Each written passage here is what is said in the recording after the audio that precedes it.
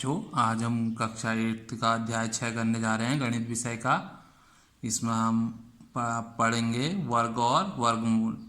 देखिए, वर्ग क्या होता है। जैसे आप उसी संख्या को उसी संख्या से गुणा करके जो प्राप्त करते हैं वो उस संख्या का वर्ग कहलाता है। जैसे 2 का वर्ग 2 दूनी 4, 3 का वर्ग 3 तियां 9।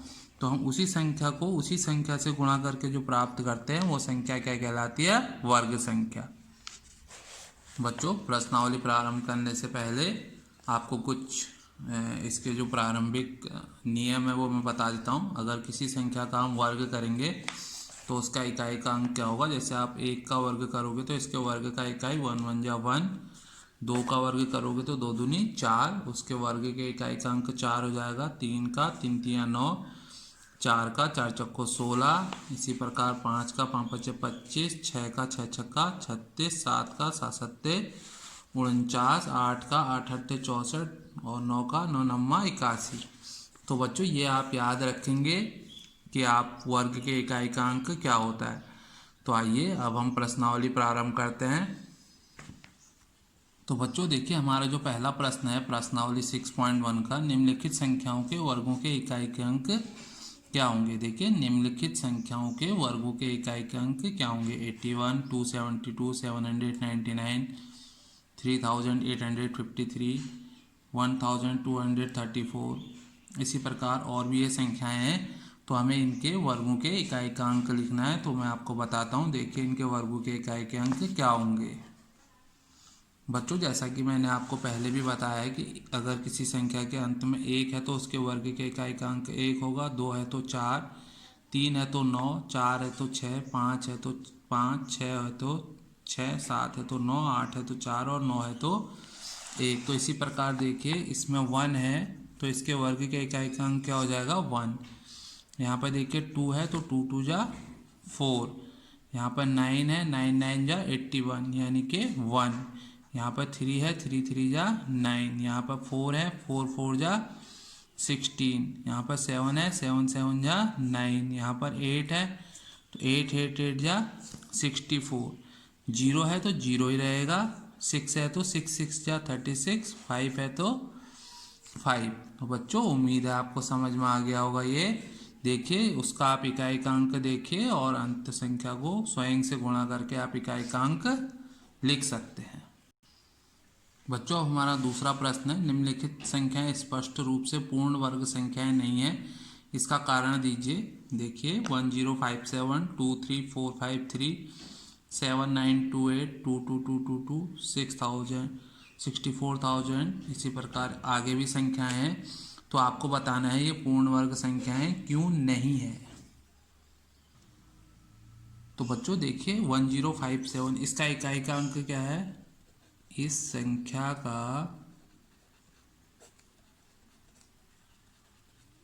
इकाई का अंक 7 है। तो देखिए, जितने भी संख्याएं हैं इसमें किसी में भी 7 नहीं है। इकाई के अंक में कहीं पर भी 7 नहीं है, तो इसलिए वह पूर्ण वर्ग संख्या नहीं होगी। अतः यह पूर्ण वर्ग संख्या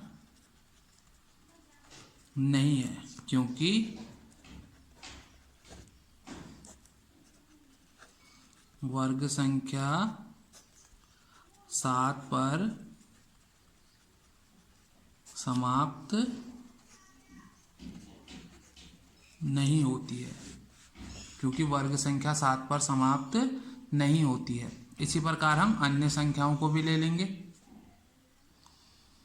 बच्चों, इसी प्रकार देखिए, दूसरा भी जो है इसका इकाई का अंक क्या है? 3 है और इसका इकाई का अंक 8 है। तो किसी भी वर्ग संख्या का इकाई का अंक 3 व 8 पर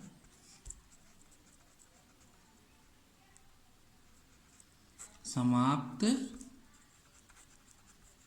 नहीं होता है। तो देखिए, ये 3 है और ये 8 है और वर्ग में कहीं पर भी 3 और 8 नहीं आता है। तो बच्चों इसी प्रकार हम आगे भी प्रश्न हल कर लेंगे। देखिए इसका भी इकाई का अंक क्या है, 2 है, अतः पूर्ण वर्ग संख्या नहीं होगी। और इसमें देखिए शून्य की संख्या विषम है 1 2 3, तो जो शून्य की संख्या विषम होगी तो वो संख्या भी पूर्ण वर्ग नहीं होगी। इसका इकाई का अंक 2 है और इसमें शून्य की संख्या विषम है और शून्य की संख्या इसमें भी विषम है, अतः यह पूर्ण वर्ग संख्या नहीं है। तो बच्चों उम्मीद है आपको ये प्रश्न समझ में आ गया होगा। बच्चों हमारा तीसरा प्रश्न है, निम्नलिखित संख्याओं में से किस संख्या का वर्ग विषम संख्या होगा। देखिए 431 2826 7779 और 82004, तो आपको बताना है किस संख्या का वर्ग विषम होगा। तो बच्चों देखिए यहाँ 1 है, 1 1 जा 1, 6 6 जा 36, 9 9 जा 81, 4 4 जा 16। तो देखिए विषम किसका है, संख्या 431 तथा 7779 के वर्ग विषम होंगे। समझ गए बच्चों।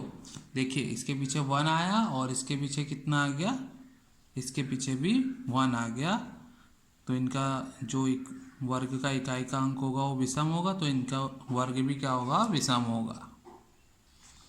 अब आपका क्वेश्चन नंबर 4 है, 11 का स्क्वायर 121। बच्चों इस पैटर्न को ध्यान दीजिएगा, 101 का स्क्वायर 10201, 1001 का स्क्वायर 100201। तो ये आगे के पैटर्न आपको क्या करने हैं, पूरे करने हैं। तो देखिए किस प्रकार होंगे ये। तो बच्चों देखिए 11 का स्क्वायर 121, 101 का स्क्वायर 1021, फिर ये अब देखिए यहाँ पे कितने जीरो हैं, 4 हैं, तो 1 2 3 4, फिर 2 1 2 3 4 1। इसी प्रकार इसमें 6 जीरो हैं, तो 1 2 3 4 5 6 2, 1 2 3 4 5 6 1। तो ये इनके वर्ग हो जाएंगे। आपको ये पैटर्न पहचान के ये लिखना है। देखिए यहाँ पर 1 जीरो है तो 1 जीरो आया, फिर 2 जीरो हैं तो 2 आए, फिर 4 हैं तो 4 आए, फिर 6 हैं तो 6 आ गए। ये आपका आंसर हो गया। बच्चों इसी प्रकार हमारा क्वेश्चन नंबर 5 है। देखिए 11 का स्क्वायर 121, फिर 10 का स्क्वायर 10201, फिर 101 का स्क्वायर 102030201। फिर आपको लिखना है 10101 का स्क्वायर क्या हो जाएगा, 10203040, फिर आपका 30201। ये आपका आंसर हो गया।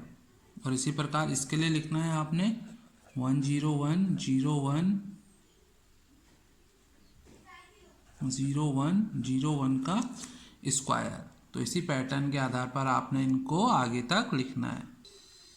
बच्चों हमारा छठा प्रश्न है, प्रतिरूप का उपयोग करते हुए लुप्त संख्याओं को प्राप्त कीजिए। आपको ये ध्यानपूर्वक देखना है।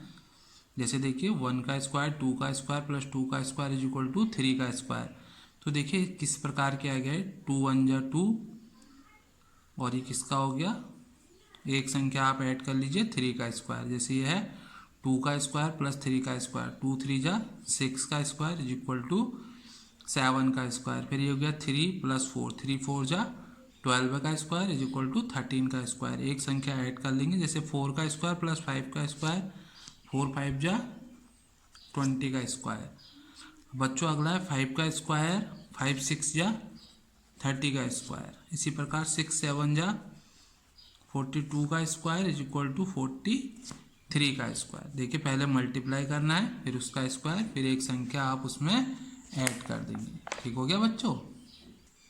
अब हमारा अगला प्रश्न है क्वेश्चन नंबर 7, योग संक्रिया के बिना योगफल ज्ञात कीजिए। देखिए 1 + 3 + 5 + 7 + 9 विषम संख्याओं का योगफल क्या होता है, n का स्क्वायर। तो क्या हो जाएगा ये 1 2 3 4 5 का स्क्वायर इज इक्वल टू 25। इसी प्रकार इसको भी करेंगे हम।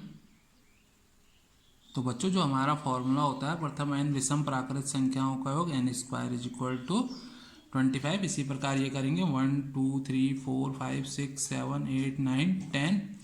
तो क्या हो जाएगा 10 का स्क्वायर इज इक्वल टू 10 10 जा 100। इसी प्रकार इसको कर लेंगे आप 1 2 3 4 5 6 7 8 9 10 11 12। 12 का स्क्वायर क्या होता है 144। बच्चों आप देखिए 8वां प्रश्न है 49 को 7 विषम संख्या के योग के रूप में लिखिए। देखिए क्या लिख लेंगे आप 1 + 3 + 5 + 7 + 9 + 11 + 13। अब आप इन्हें ऐड करेंगे तो 49 आएगा। इसी प्रकार 121 को 11 विषम संख्याओं के रूप में लिखिए 1 + 3 + 5 + 7 + 9 + 11 + 13 + 15 + 17 + 19 + 21। तो ये आपका 121 विषम संख्याओं के योग के रूप में लिख लिया हमने। बच्चों अब हमारा अगला प्रश्न है निम्नलिखित संख्याओं के वर्ग के बीच में कितनी संख्याएं हैं 12 और 13, 25 और 26, 99 और 100। तो देखिए दो वर्ग संख्याओं के बीच में 2n संख्याएं होती हैं। दो वर्ग संख्याओं के बीच में 2n संख्याएं होती हैं। तो 12 और 13 के वर्ग के बीच में संख्याएं बराबर 12 × 2 बराबर 24। आप आगे वाली संख्या ले लेंगे। इसी प्रकार दूसरा 25 और 26 के वर्ग के बीच में संख्याएं कितनी हो जाएंगी बच्चों 25 × 2 बराबर 50। इसी प्रकार 99 और 100 के वर्ग के बीच में संख्याएं कितनी हो जाएंगी 99 × 2 बराबर 198। तो बच्चों ये हमारी प्रश्नावली यहाँ पर समाप्त हो गई है। अगर आपको किसी भी प्रश्न में कोई समस्या या परेशानी हो तो आप कमेंट बॉक्स में लिख सकते हैं। अगर आपको वीडियो पसंद आया हो तो लाइक, सब्सक्राइब और शेयर करें। Thank you.